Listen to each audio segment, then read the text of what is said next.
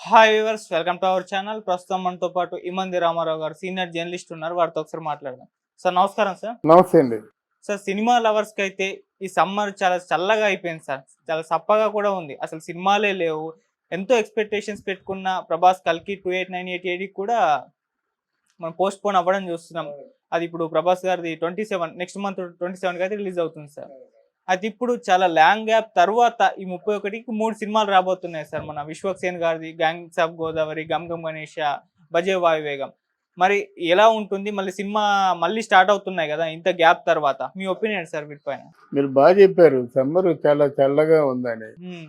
చప్పగా కూడా ఉంది. అవును. ఎందుకంటే మనకి ఓ 2 ప్రధానమైనటువంటి రిలీజెస్ ఉంటాయి సినిమా ఫీల్డ్‌లో. అవును. ఒకటి సంక్రాంతికొచ్చే సినిమాలన్నీ బాగా ఉంటాయి. హ్మ్. 2 సమ్మర్‌లో వచ్చే సినిమాలు కూడా బాగా ఆడుతాయన్నమాట. ఏమాత్రం సినిమా విజయవంతంగా ఉందనుకున్నా ఆహ్, పట్టపగ్గాలు లేకుండా లేచిపోతుంది సినిమా. ఎందుకంటే అందరూ ఖాళీగా ఉంటారు. పిల్లల్ని సినిమాలకు తీసుకెళ్తారు. లేతే పిల్లలకి సినిమాలు చూడమని అవకాశం ఇస్తారు. ఇయన్నీ ఉంటాయన్నమాట. ఈ కారణాల చేత చాలా మంచి సినిమాలు, సెలెక్టివ్ సినిమాలు ఇంతకుముందొచ్చాయి. ఇప్పుడేమైందంటే ఒక్కొక్క హీరో 2 సంవత్సరాలు ఒక్కొక్క సినిమా చేయడం వల్ల హీరోల సినిమాలు చూడలేరు. తక్కువ డబ్బులు అంటే వాళ్ళ డబ్బు వాళ్ళు పెట్టిన డబ్బులతో చిన్న హీరో సినిమాలు కూడా చూడలేడు. టికెట్ ధర అదే కదా! అదే రూ. 200తో చిన్న హీరోల సినిమా బాగున్నప్పుడు కూడా అదొక చిరంజీవి సినిమా చూస్తే వేరు. పవన్ కళ్యాణ్ సినిమా చూస్తే అర్జున్ సినిమా, రామ్ చరణ్ సినిమా, మహేష్ బాబు సినిమాలంటే అవి సినిమాలుగా ఫీల్ అవుతారు. ఆ సినిమాలు కనుమరుగైపోయాయి. ఇది ప్రస్తుతం ఉన్న విషయం మాట. అయితే చిన్న సినిమాలు కూడా వాళ్ళు ఒళ్ళు దగ్గర పెట్టుకొని చేస్తున్నప్పటికి కూడా చిన్న సినిమా జనంలోకి వెళ్ళేసరికి కొంత టైం పడుతుంది. హ్మ్. ఈలోగా థియేటర్స్ కుయ్యో మొర్రో అంటారు. మా కరెంట్ ఛార్జీలు రావటం లేదండి. మా ట్రాఫిక్ ఛార్జీలు కూడా రావటం ఇప్పుడు అదే కదా గొడవ. చిన్న సినిమాలు థియేటర్‌లో వేస్తే థియేటర్‌లో ఆడవు, కలెక్షన్స్ రావు. హ్మ్. పెద్ద సినిమాలు పడ్డానికి ఈ ఈ కనుచూపు మేరలో మనకు కనిపిస్తుంది. ఓకే. ఈ నెల, 2 నెలల తర్వాతే పెద్ద హీరోల సినిమాలు వస్తాయి. హ్మ్. గనక ఈ ప్రాబ్లమ్ వల్ల ఈ సమ్మర్ ఇంత చప్పగా ఉండవలసిన అవసరం వచ్చిందన్నమాట. హ్మ్. అయితే ఒకటి ఎప్పుడైనా పోటాపోటీగా సినిమాలు ఉన్నప్పుడే సినిమాలు ఆడతాయి. ఇప్పుడు పెద్ద హీరోలు సినిమాలు 1, 2తో పాటు చిన్న సినిమాలు కూడా ఉంటే కంపారిజన్ చేసుకుంటారు. అరే! ఆ సినిమా ఏంట్రా ఈ సినిమాకెళ్దాం అంటారు. అదే కదా 'హనుమాన్' అవును. అలాగుంటాయి. కంపారిజన్ లేకపోతే దొందే. ఇది చిన్న సినిమా, పక్కనున్నది చిన్న సినిమా. ఈ బడ్జెట్‌తో తీసిన సినిమాలు ఎవరు చూస్తారనేటువంటి ఒక ఫీలింగ్ వస్తుందన్నమాట. హ్మ్. గనక ఈ సమ్మర్‌కి మాత్రం సినిమా మార్కెటింగు అంటే బాగా పడిపోయింది. ఓకే. సినిమాలు కొనుక్కుంటే మాత్రం ఎంత కొనుక్కుంటారండి. కానీ సినిమా గాని అంటే సినిమాల్లో ఉన్నటువంటి లాభాలు ఎక్కడొస్తాయంటే థియేటర్ దగ్గర సినిమా ఎప్పుడైతే సక్సెస్ టాక్ తెచ్చుకుందో దానికి మిగతా ఓటీటీ అంటే రేట్లు గానీ ఇవన్నీ బాగా పెరిగిపోతాయి. ఓవర్‌సీస్ మార్కెట్ గానీ, మ్యూజిక్ గానీ ఇయన్నీ పెరిగిపోతాయన్నమాట. చిన్న సినిమాలకి పెద్ద రేట్ వస్తుంది. కానీ వచ్చింది, ఆడింది 2 వారాలు. ఇప్పుడు 2 వారాలు ఆడడం కష్టం అయిపోతుంది గదా! చిన్న సినిమా, పెద్ద సినిమా అయినా 2 వారాలు ఆడడం కష్టం అయిపోతుంది. ఆ హీరో ఇన్‌ఫ్లూయెన్స్ బట్టి ఎక్కడో వాళ్ళ సొంత థియేటర్‌లో ఒకటో, రెండో థియేటర్‌లో ఒక 50 రోజులు, 100 రోజులు లాగిస్తారు తప్ప 50 రోజుల సినిమాలు ఎక్కడివి, 100 రోజుల సినిమా ఎక్కడివి. ఈ పరిస్థితుల్లో చిన్న సినిమాల మనుగడ కష్టం. తీస్తారు, రిలీజ్ చేస్తారు అంతవరకు కరెక్టే గానీ, ఆ సినిమాలను ఆదరిస్తారని మాత్రం మనం అనుకోవడం కష్టం మాట. సార్ మరి మళ్ళీ టాలీవుడ్‌కి పూర్వ వైభవం ఏ సినిమాతో రావచ్చంటారు? ఈ 3 రిలీజ్ అవుతున్న ఈ 3 సినిమాల ద్వారా ఏమన్నా రావచ్చా? లేకుంటే మళ్ళీ 'ప్రభాస్' గారి 'కల్కి' వరకి వెయిట్ చేయాల్సిందే అంటారా? చాలా మంచి ప్రశ్న వేశావు. హ్మ్. టాలీవుడ్‌కి పూర్వ వైభవం రావాలంటే ప్రొడ్యూసర్లు మారాలి. ఎందుకంటే ఖర్చు పెట్టిన ప్రతి రూపాయి కూడా ప్రొడ్యూసర్ జేబులోంచి వస్తుంది. సినిమాని ప్రేమించడం నేర్చుకోవాలి. హీరోల్ని కాదు. Cinema subject. నా సబ్జెక్ట్ ఎంత బాగుంది. దీనికి ఎవరు హీరో అని ఆలోచించాలి గానీ, ఎవరో హీరో దొరికారని అప్పటికప్పుడు పాటలు రాయించి, రికార్డింగ్ చేయించి, సినిమా ముహూర్తం పాట పిక్చరైజేషన్‌తో ఎప్పుడైతే స్టార్ట్ అయిందో ఇంకా సినిమా గురించి మనం ఆలోచించవలసిన అవసరం లేదు. ఇప్పుడు అందరూ సినిమాలు తీసేవాళ్ళందరూ రియల్ ఎస్టేట్ వాళ్ళు, ఇంకేదో ఇంకేదో వ్యాపారస్తులు బాగా మనీ ఫ్లోటింగ్లో ఉన్నవాళ్ళు, బ్లాక్ మనీ ఒక 200 కోట్లు పోయినా పర్వాలేదు, 300 కోట్లు పోయినా పర్వాలేదు అనుకునే వాళ్ళే సినిమా తీస్తున్నారు. ఉమ్, ఏమండి ఇప్పుడు ఒక 500 కోట్లు పెట్టి సినిమా తీశానండి. 500 కోట్లతో 50 మంది ప్రొడ్యూసర్లు ఉండొచ్చండి. అర్థమైందా? అవును. 10 కోట్లకు ఒక సినిమా తీసినప్పుడు కూడా 50 సినిమాలు వస్తాయి. 50 మంచి సినిమాలు వస్తాయి. 50 100 రోజులు ఆడే సినిమాలు వస్తాయి. ఎలాగంటే కథ బాగుంటుంది, పాటలు బాగుంటారు, ఆర్టిస్టులు బాగుంటాయి, పాటలు బాగుంటాయి. దీనివల్ల మంచి స్టఫ్ ఉన్న సినిమాలు ఇవ్వగలుగుతారన్నమాట. పోటీ వాళ్ళ మధ్య పెరుగుతుంది. ఒకప్పుడు అలాగే పెరిగేది. నాకు తెలిసి ఇంచుమించు 95, 96లో కూడా రామానాయుడు, శ్రవంతి రవికిషోరు, అక్కడేమో జగపతి ఇలాగ ఉన్నారంటే అందరూ సినిమాలు బాగా ప్రేమించేవారే. అంతకుముందు మరీని ఏంటి అందరూ పెద్దోళ్ళే కదా. పిఏపి సంస్థ పెద్ద సంస్థ, జగపతి పెద్ద సంస్థ, సురేష్ రామానాయుడు పెద్ద సంస్థ, శంభు ఫిలిమ్స్ పెద్ద సంస్థ, చూసుకోండి చిన్ని బ్రదర్స్ పెద్ద సంస్థ. ఉమ్, చిన్న సంస్థలే ఉన్నాయండి. పూర్ణ ఎన్ఐటి బ్యానర్ పెద్ద సంస్థ, అన్నపూర్ణ బ్యానర్ పెద్ద సంస్థ. చూసారా ఆ తేడా గమనించారా? ఇవన్నీ సినిమాని ప్రేమించే వాళ్ళు తీసిన సినిమాలు. ఓకే. ఏదైనా ఒక పని చేసినప్పుడు ఆ పనిని ఇష్టపడి చేస్తే దానికి ప్రయోజనం ఉంటుంది, మీ కష్టానికి తగిన ప్రతిఫలం ఉంటుంది. కానీ ఫ్యాషన్ కోసం సినిమా తీయకూడదు.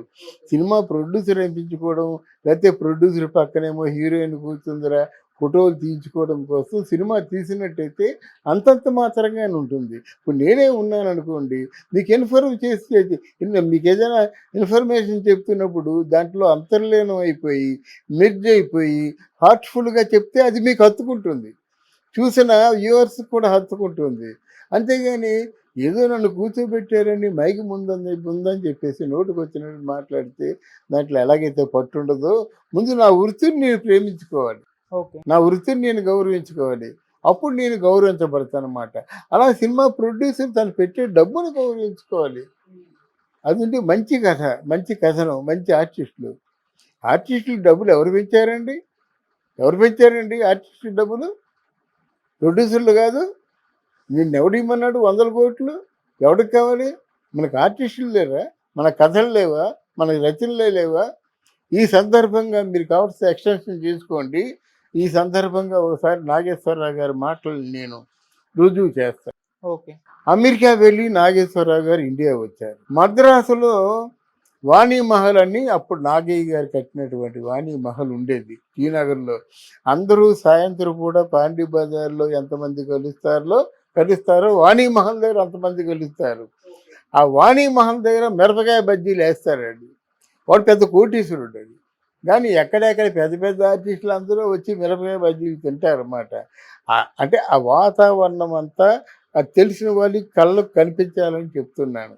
నాగయ్య గారు కట్టారని కానీ, టీ నగర్లో పెద్ద సెంటర్ అని కానీ, మిరపకాయ బజ్జీలు వేస్తారంటే ఆ దృశ్యం కనిపించాలని అక్కడ ప్రొడ్యూసర్లు అందరూ పెద్ద మీటింగ్ పెట్టుకున్నారన్నమాట. మీటింగ్ పెట్టుకొని ఏమన్నారంటే, నాగేశ్వరరావు గారు మీరు లేరు, నేను దెబ్బతినేసాము. అప్పటికే కాస్ట్ ఆఫ్ ప్రొడక్షన్ పెరిగిపోయింది. సినిమా అంటే లక్షల్లోనే ఉంది. సినిమా తీయలేకపోతున్నాము. మరి మమ్మల్ని ఆదుకునే నాథుడు ఎవరని మొత్తం యునానిమస్గా అంటే డివిఎస్ రాజు గారితో సైతం, మన చనిపోయిన ఎంఎస్ రెడ్డి గారితో సైతం వాణి మహల్లో మీటింగ్ పెట్టారు. బహుశా it is most probably 78 or so.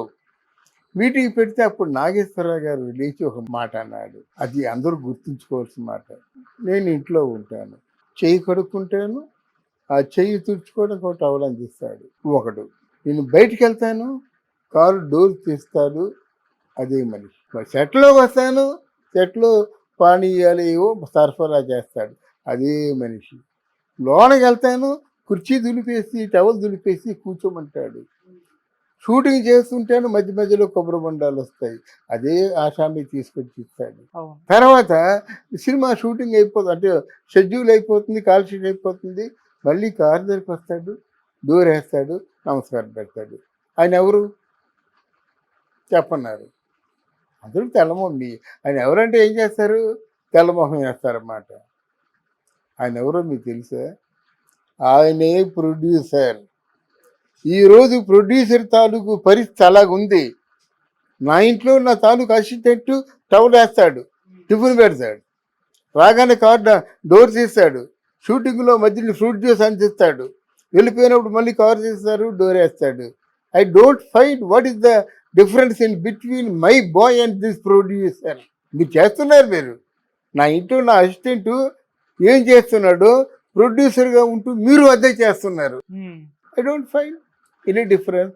మేము లవ్ చేయమని చెప్పారు, అందుకే మురగాలి, బాగా పక్వానికి రావాలి, అప్పుడే మనకి ఆపరేషన్కి తేలిక అవుతుంది. ఆ పని మీరు చేయకూడదు. ఎవరి జేబుల్లోంచి డబ్బు ఖర్చు పెడుతున్నారు? మీ జేబుల్లోంచి కాదు. మీకు ఎందుకు అంత ఆతృత? సినిమా తీసేయాలా? తీసేసి మునిగిపోవాలా? మరి మా రోజుల్లో మేము సినిమాలు తీయలేదా? ఇలాగా ముంచేసినా మీరు మునిగిపోయినా ఇన్ని సినిమాలు మేము తీయగలుగుతావా? ఇన్ని సినిమాల్లో మేము చేయగలుగుతున్నామా? లాంగ్ విటీని ఆలోచించుకోవాలి ఎవరైనా సరే. ఎక్కువ కాలం బ్రతకాలి, హ్యాపీగా బ్రతకాలి. ఒక సినిమాకి కాస్ట్ తక్కువైనట్టయితే 4 సినిమాలు తయారవుతాయి. అప్పుడు కాస్ట్ తక్కువైన 4 సినిమాలు తయారవడం వల్ల 40 మంది టెక్నీషియన్స్ పోతే 4 50లు 200 మంది టెక్నీషియన్స్ బ్రతుకుతారు. అదే ఒక సినిమా అయితే ఆ 40 మందికే పని ఉంటుంది, ఆ 50 మందికే పని ఉంటుంది, మిగతా వాళ్ళకి పని ఉంటుంది కదా అని ఆ రోజే చెప్పాడండి మహానుభావుడు నాగేశ్వరరావు గారు. అందువల్ల ఈ సినిమాలు చప్పగా ఉన్నాయంటే చప్పగా ఉంచమని ఎవరు చెప్పారండి? కథ మీద కూర్చోండి, మ్యూజిక్ మీద కూర్చోండి, సాంగ్స్ సూపర్ హిట్ కానివ్వండి, ఒక పద్ధతి అంతా ఉండాలి కదా. అంతేకాకుండా మేము చిన్న సినిమాలు చేసే వాళ్ళందరూ వాళ్ళు ఏదో ఆ చూసేవాడికి మార్పు తేడా ఏమి కనిపించదు. బాగుందంటే బాగుందంటాడు, బాగా చల్లగా నొప్పిరే అంటాడు. అది అది చూసుకొని ఉంటే మనకి ఈ పరిస్థితి వచ్చేది కాదు. వీళ్ళ ప్రభాస్ సినిమా ఎప్పుడు పూర్తయ్యాను, దేవర్ ఎప్పుడు పూర్తయ్యాను, ఇప్పుడు మహేష్ బాబు సినిమాలో పడిపోయాడు, రాజమౌళి సినిమాలో అది ఎప్పుడు పూర్తయ్యాను, చిరంజీవి సినిమా ఎప్పుడు పూర్తయ్యాను, రామ్ చరణ్ సినిమా ఎప్పుడు పూర్తయ్యాను, ఎప్పుడు వచ్చాను. ఇవన్నీ మన దీపావళికి వచ్చినా మంచిదే, లేకపోతే వచ్చే సంక్రాంతికి ఎన్ని సినిమాలు రిలీజ్ అవుతాయి అనుకుంటే తక్కువ. అది అటువంటి భయంకరమైన అపాయకరమైన స్థితిలో ఉన్నారు ఈ రోజున ప్రొడ్యూసర్లు. ఎందుకు? సినిమాని ప్రేమించకుండా ఉండడం వల్ల. బాగా చెప్పారు sir. Thank you very much.